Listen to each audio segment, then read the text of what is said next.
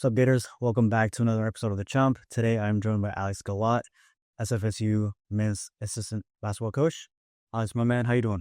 I'm good. Thanks for having me on. Of course. All right, so let's just go all the way back, man. How did you first start playing basketball? What's your origin story with basketball?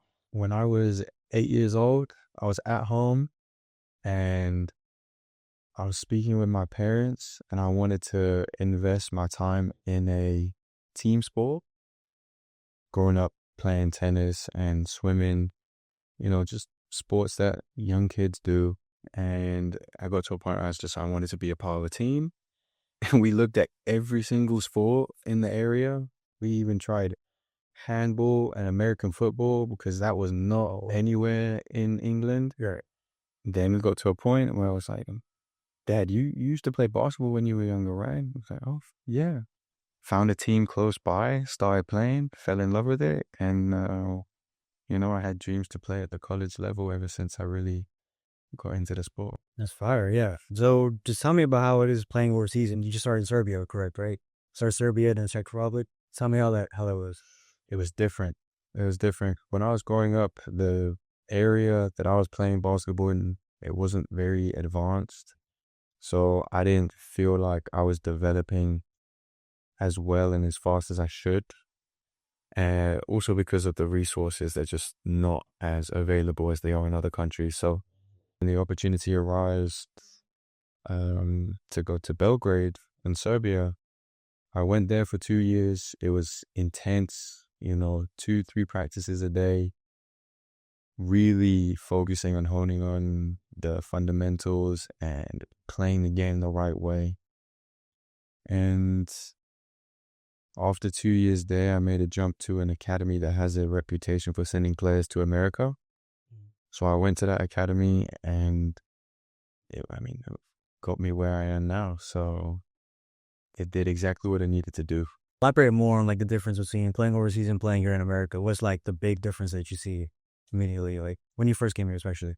I will say I've noticed that at our level, Division 2, it's obviously different than playing in Europe, but it's a lot similar than people may think. Division 1, NBA, pros, and even high school is very different because it's a lot faster. It's a lot faster. There are some freak athletes over here. Same thing in the NBA. There's unbelievable athletes as well as Division 1. So really the athleticism and speed is the biggest difference.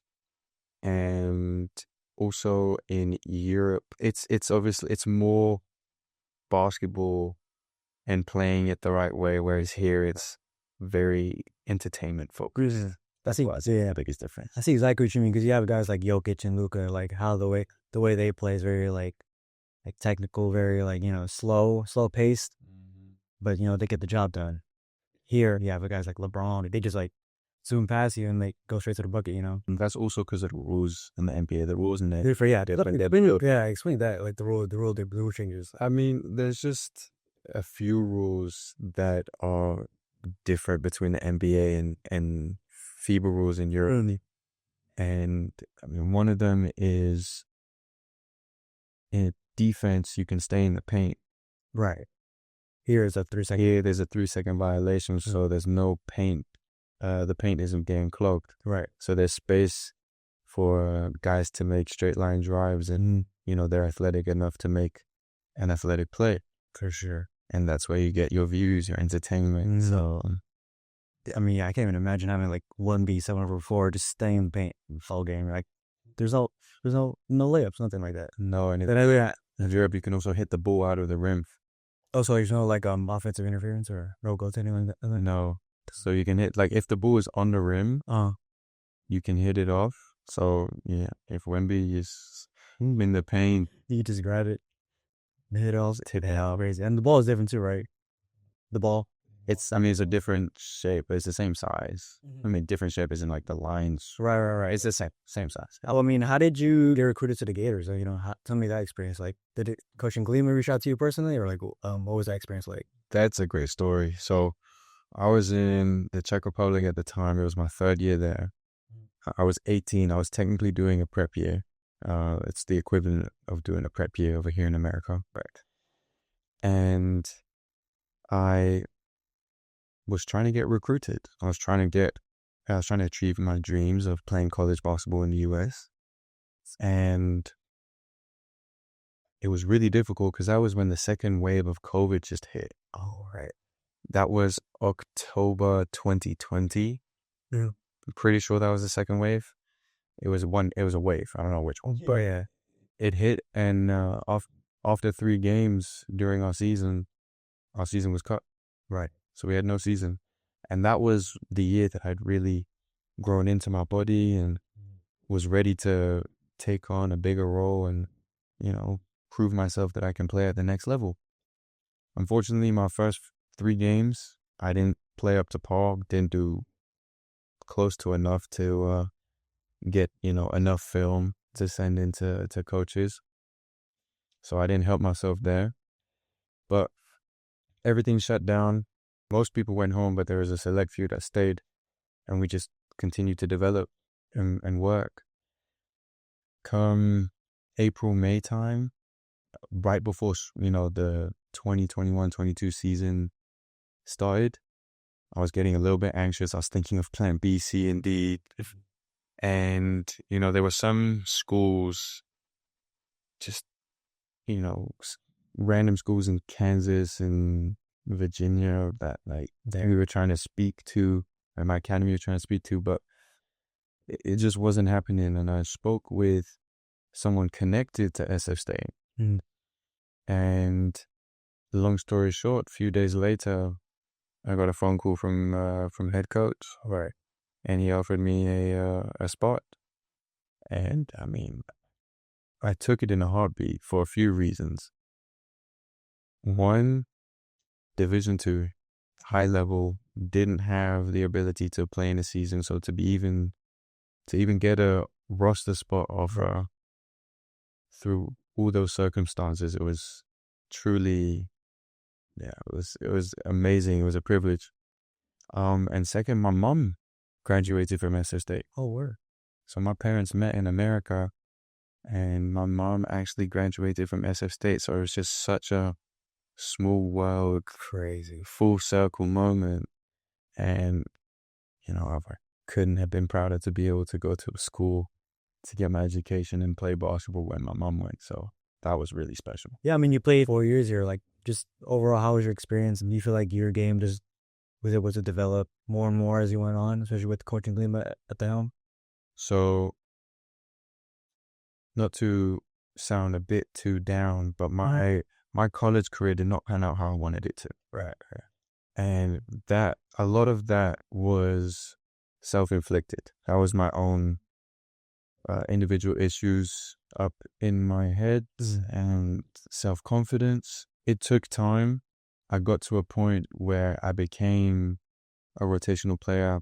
I played in every single game my junior and senior year, contributing valuable minutes and impacting, winning. But it wasn't to my full potential. Right. But the only person that got in the way of that was me at the end of the day.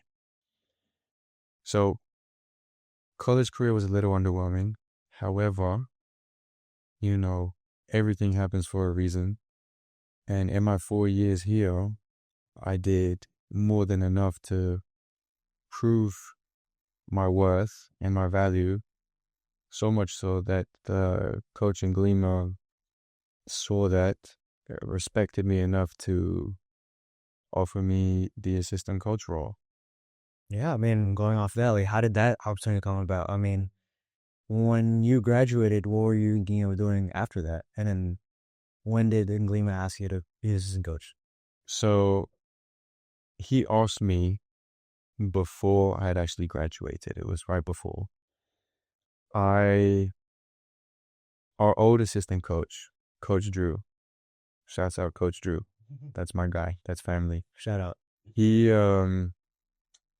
now the head coach of the varsity boys squad at Sacred Heart. Right. And he got that opportunity, and no one deserves that opportunity more than him. And when he took that role, there was a lot of things going on in the department. There was a lot of things going on with the team. And Vince kind of looked at me, I would presume, because I know the system. I have a high basketball IQ. I'm intuitive. I pick up on things pretty quick. I'm a organizational clean freak in the sense that I'll get everything done to the best of my ability always. And the fact that we have 11 new guys on the squad, it's like a fresh start. Right.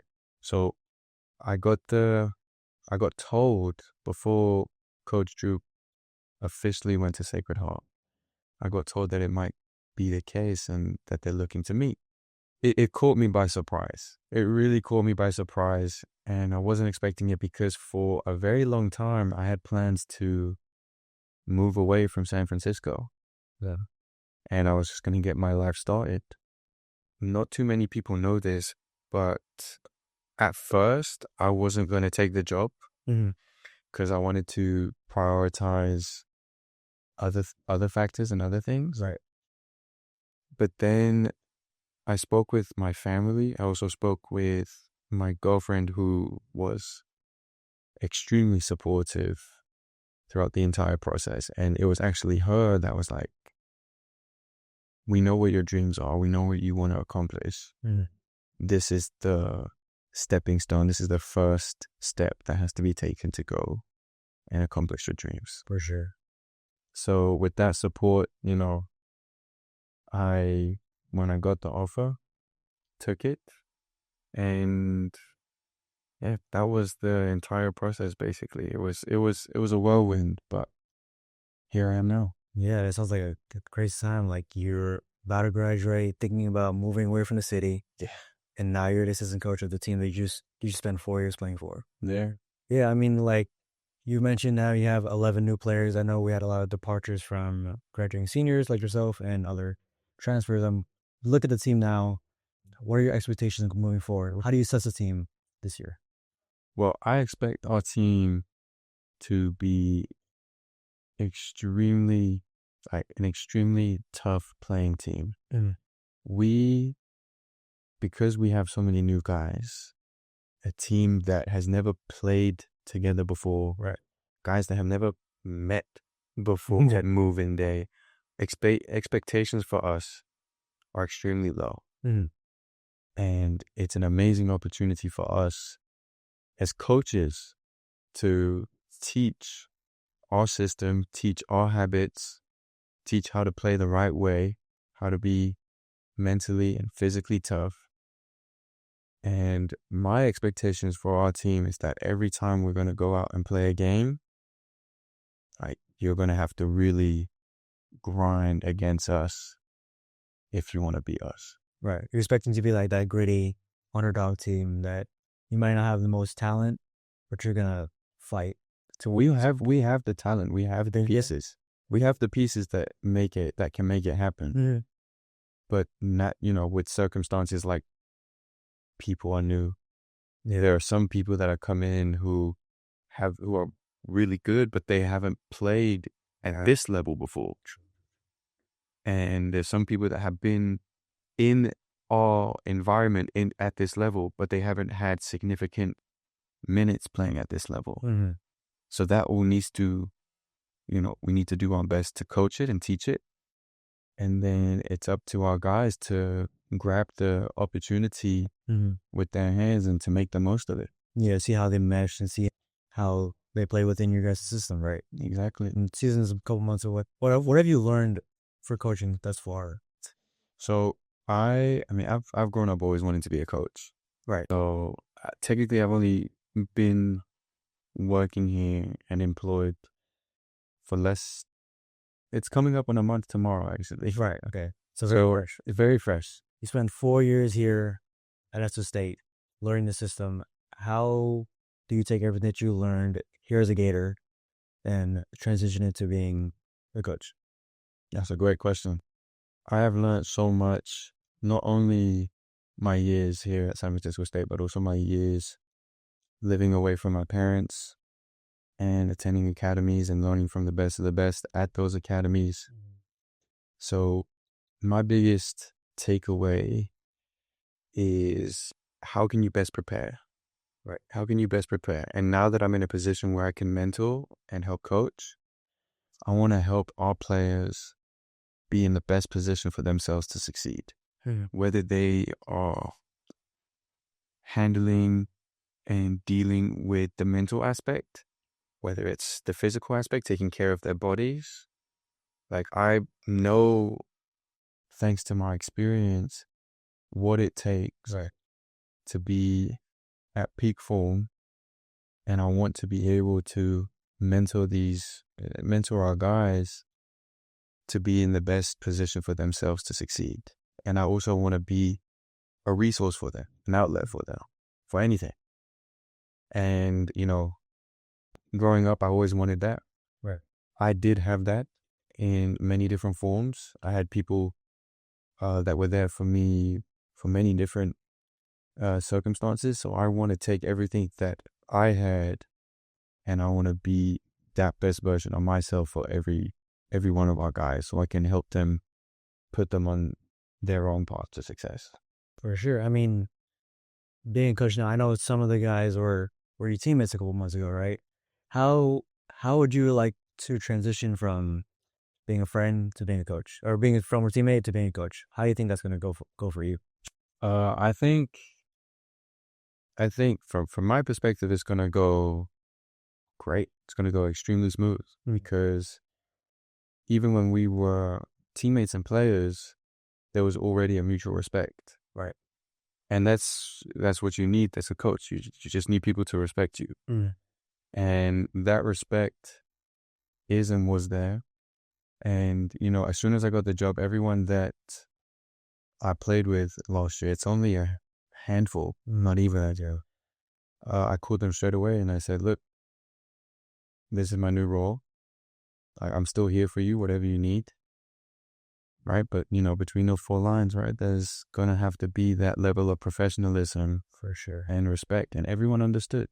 But they were able to understand that straight away because that level of respect was already there. Right. I think that's great that you actually reached out as soon as you got the job. That just set that boundary, like, we still boys and everything, but this is a different situation, like you said. Yeah. So I really respect that you did that. I mean, now just, again, moving forward, elaborate more on your expectations on the season. Fresh new team, the coach, same system, correct. What do you think Gators are going to do this season? We are going to learn a whole bunch as a whole collective. Like, I'm learning everything from the behind the scenes. Right. I'm learning how to instruct a college basketball team. And I mean, our guys are going to learn how to play at the college level, hopefully with the right mentorship, the right coaching, and the right mentalities, right? It has to come from both sides. Right. Hopefully we can do something, hopefully we can really do something special and surprise everybody. Because I feel like we are going into this season as underdogs.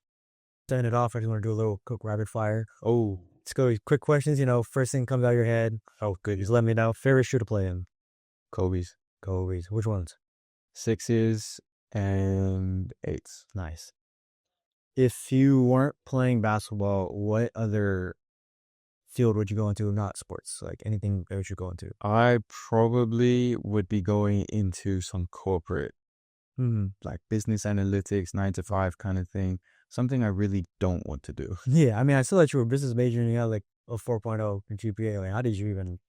I just grew up, like, it wasn't even my parents always told me to care about school. Right. But it was just because I'm a perfectionist that I wanted to be perfect in all that I do. Right.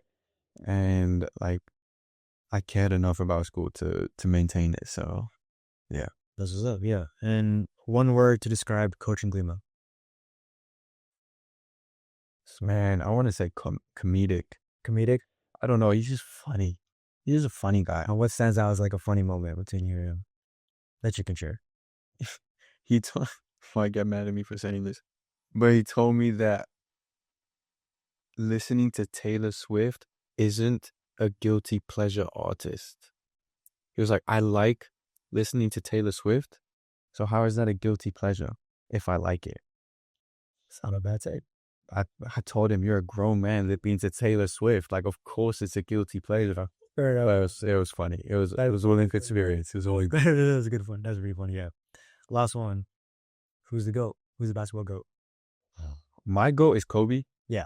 Okay. My goal is Kobe. That's just something I idolized growing up. Same here. Just for my favorite player, Kobe. Yeah. Yeah.